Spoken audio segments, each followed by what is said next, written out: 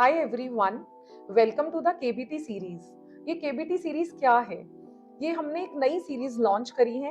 KBT series का मतलब है कौन बनेगा टॉपर सीरीज। सो बेसिकली ये ग्रेड 11 एंड ग्रेड 12 के लिए लॉन्च की गई है, स्पेसिफिकली फॉर बिजनेस स्टडीज। सो ये ऑल्टरनेट डेज पे हम एमसीक्यू प्रैक्टिस कराएंगे ताकि हम अपने स्कोर को बेटर कर सकें, right?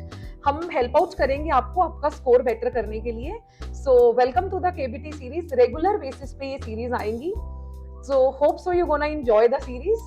So let's start without wasting the time. आज का डे हमारा है grade 12 business studies chapter number 1 MCQ plus 2 का।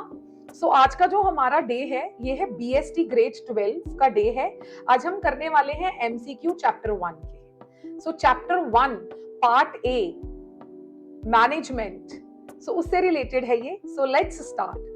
सो क्वेश्चन नंबर 1 क्या कहता है? सो जल्दी से कमेंट सेक्शन में रिप्लाई करते जाइएगा।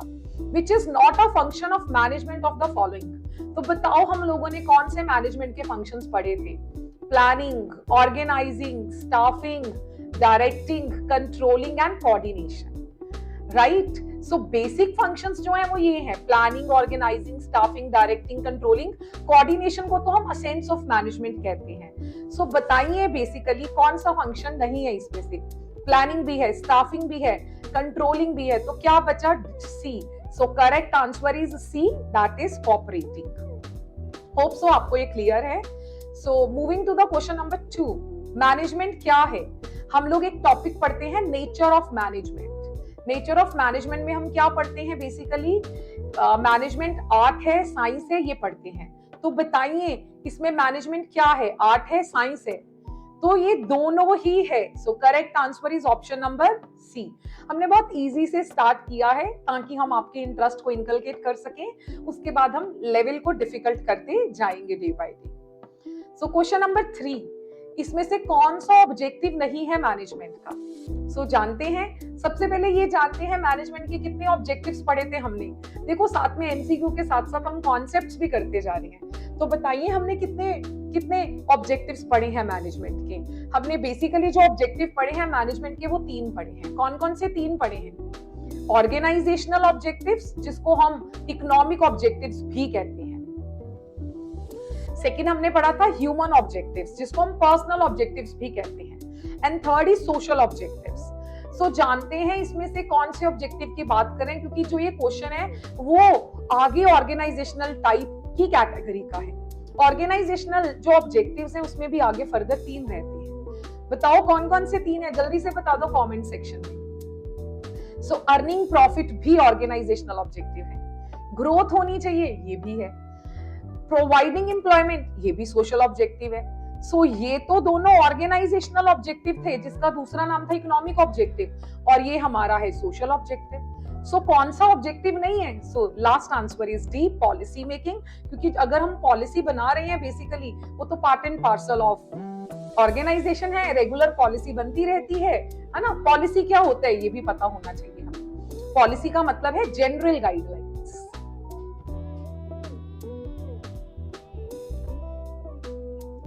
सो moving to the next question, policy. देखो पॉलिसी से रिलेटेड क्वेश्चन आ गया। कहते पॉलिसी फॉर्मुलेशन किसका फंक्शन है?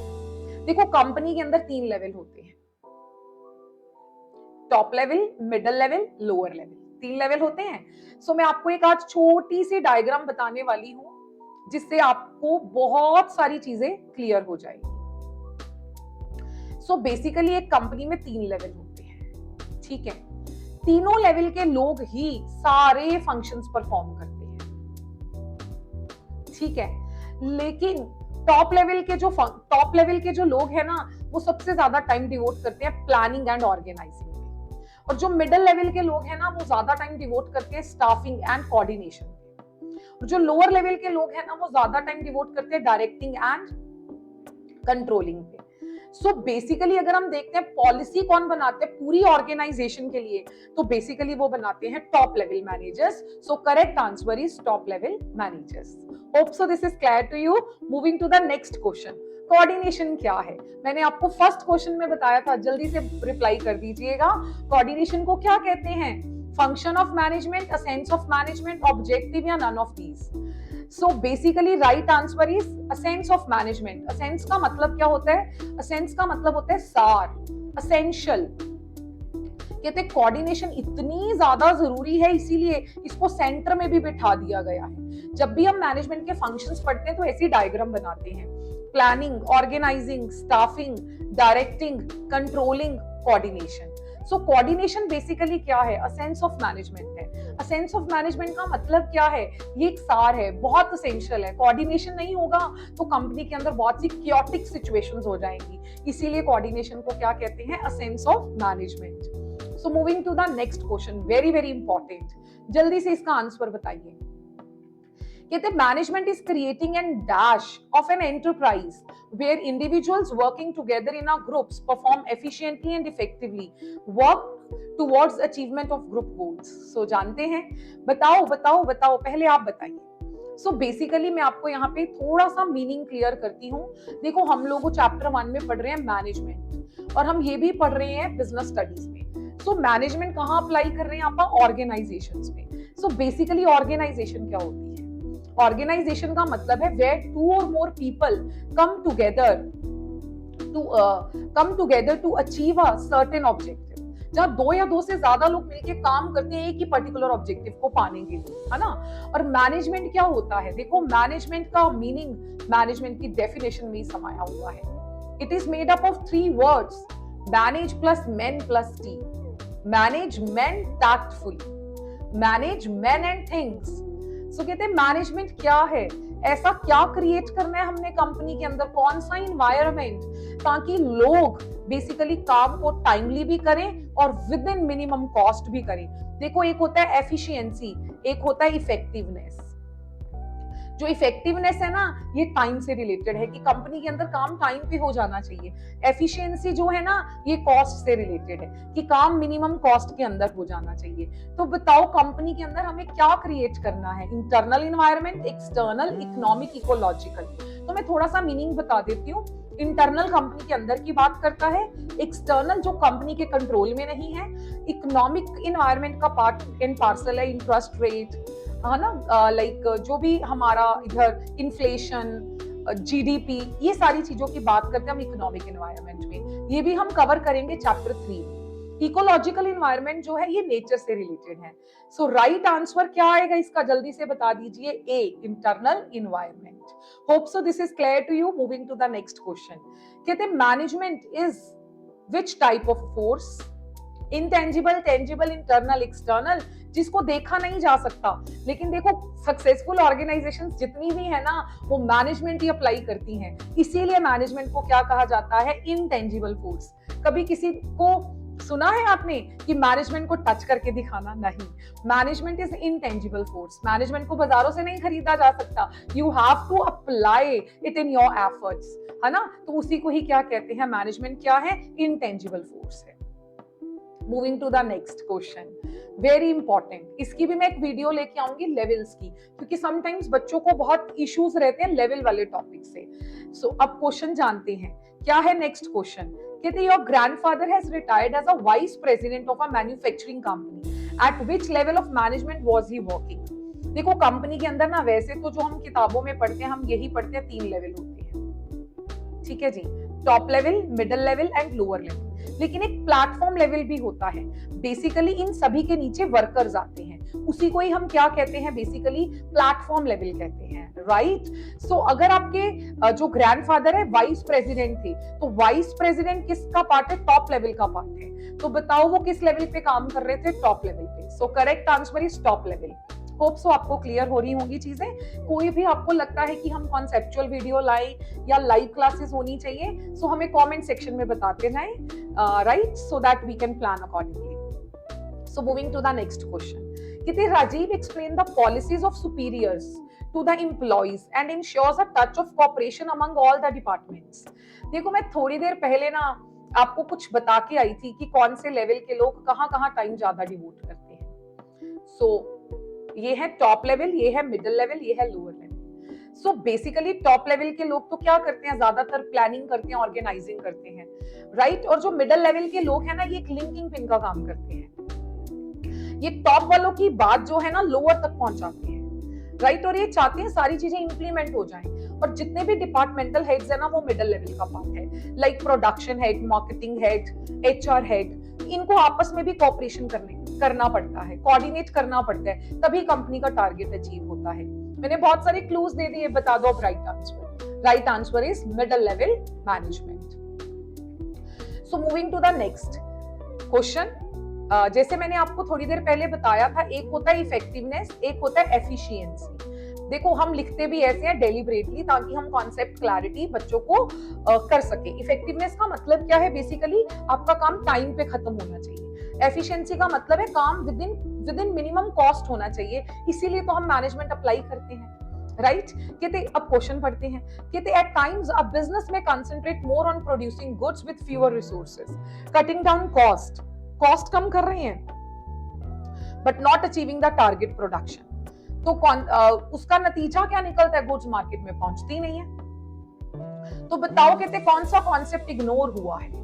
देखो कॉस्ट को वो ठीक है कट डाउन कर रहे हैं, लेकिन टाइम पे प्रोडक्शन नहीं हो रही है, तो बताओ इसमें से कौन सा कॉन्सेप्ट अचीव नहीं हुआ, दैट इज इफेक्टिवनेस। इफेक्टिवनेस किससे रिलेटेड है, टाइम से रिलेटेड है। So moving to the next question. So अब ये देखो continuous process, multi dimensional, pervasive, intangible, ये सारी चीजें रिलेटेड है। ये सारे के सारे पॉइंट्स है बेसिकली फीचर्स ऑफ मैनेजमेंट के। फीचर्स हो, कैरेक्टरिस्टिक्स हो, एक ही बात है।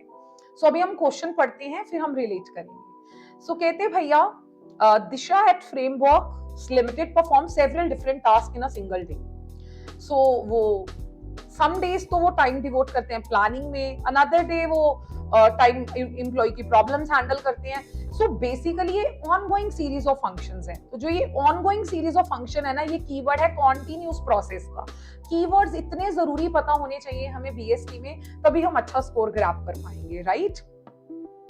सो क्या आंसर है, management is a continuous process. क्योंकि हम लोगों को कीवर्ड पता चल गया था, तो हमें आंसर देना क्या हो गया, इजी हो गया। So moving to the next question. कहते मैकडॉनल्ड्स, ये भी देखो, ये देखो continuous process, multi dimensional, again ये किससे रिलेटेड है, फीचर्स ऑफ मैनेजमेंट से ही रिलेटेड है। सो जानते हैं, कहते बहुत सारे चेंजेस ला रहे हैं मैकडीज अपने मेन्यू। सो बेसिकली वैसे तो देखा जाए जो चेंजेस वाला पोर्शन है ना, वो डायनेमिक से रिलेटेड है। हाँ, सो लेकिन अब यहाँ पे सर्वाइव वर्ड भी है, डायनेमिक तो यहाँ पे है नहीं, लेकिन ये बेस्ट एग्जांपल डायनेमिक की है। तो हम किससे रिलेट करेंगे, कॉन्टिन्यूस का तो कोई कीवर्ड यहाँ है नहीं, मल्टी डायमेंशनल के भी कीवर्ड्स 3 होते हैं, right. People, process, work and people, operations and work. So pervasive होता है परवेसिव होता है प्रेजेंट एवरीवेयर, और इंटेंजिबल होता है जिसको हम टच नहीं कर सकते। सो बेसिकली अगर हम देखें तो इसका आंसर क्या बनता है, इंटेंजिबल ही बनता है। क्योंकि अगर डायनेमिक होता तो डायनेमिक आंसर ज्यादा बनता, लेकिन अब डायनेमिक ऑप्शन में ही नहीं था, तो हम लोगों को उसके अकॉर्डिंग चूज करना, right. So moving to the next. अभी मैंने आपको थोड़ी देर पहले बताया था 3 तरीके के ऑब्जेक्टिव्स होते हैं, organisational, social and personal.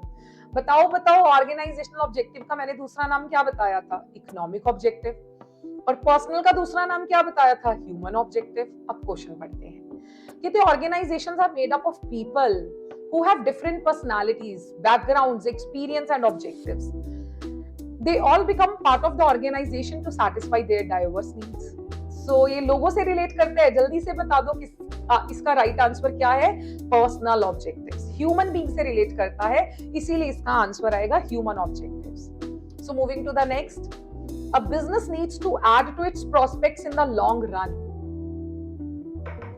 For this is important for the business to grow. कौन सा ऑब्जेक्टिव हाईलाइट हो रहा है इसमें, देखो वो अपने बिजनेस को ग्रो कराना चाहते हैं, है ना। तो कौन सा ऑब्जेक्टिव है, देखो ऑर्गेनाइजेशनल ऑब्जेक्टिव में मैंने क्या बताया था, 3 तरीके के ऑब्जेक्टिव्स होते हैं, वो भी प्रॉफिट, ग्रोथ, सर्वाइवल। पहले नंबर पे सर्वाइवल होता है, दूसरे नंबर पे प्रॉफिट, तीसरे नंबर पे ग्रोथ। सो राइट आंसर क्या बनेगा इसका, ऑर्गेनाइजेशनल ऑब्जेक्टिव्स। होप सो ये आपको क्लियर हुआ, आपने एंजॉय किया होगा। सो अब हम जो नेक्स्ट MCQs है नेक्स्ट क्लास में कवर करेंगे। हम चाहते हैं इसको शॉर्ट वीडियोस बनाएं ताकि बच्चे एंजॉय कर सकें। Hoping to see you in the next class as well. तो आप हमें कमेंट सेक्शन में जरूर बताइएगा, हमें रिकॉर्डेड के लिए रहना चाहिए या लाइव के लिए आना चाहिए, या आपको कॉन्सेप्चुअल क्लैरिटी भी और चाहिए, किस तरीके की क्लासेस आनी चाहिए। Please message us in the comment section. Really thank you for your cooperation and again magic bullet series basically, तो उसके लिए भी आप अपने आप को एनरोल कर सकते हैं। Thank you so much.